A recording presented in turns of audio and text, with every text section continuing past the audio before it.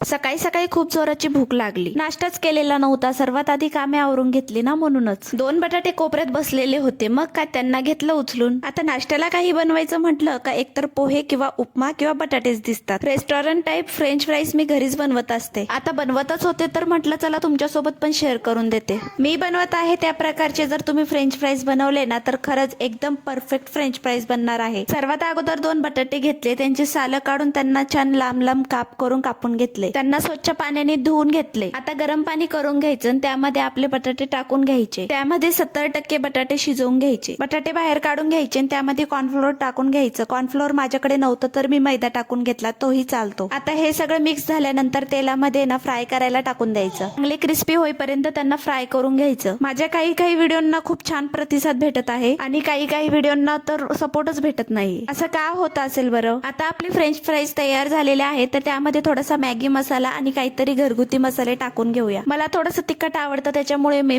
लाल तिखट पण टाकलेलं आहे. नंतर चिमूटभर मीठ टाकून त्याला मिक्स करून घ्यायचं. मिक्स करून झाल्यानंतर त्याला टोमॅटो केचप बरोबर सर्व करायचं आणि मस्त खाऊन घ्यायचं. इतकं टेस्टी लागतं ना, काय सांगू तुम्हाला. त्याबरोबरच मी चहा पण केलेला होता. असेच माझे नवनवीन व्हिडिओ बघण्यासाठी ना मला लाईक करा, शेअर करा आणि सबस्क्राईब करायला विसरू नका. इंस्टाग्रामवर तुम्ही बघत असाल तर फॉलो करा. भेटूया अशाच एका नवीन व्लॉग मध्ये.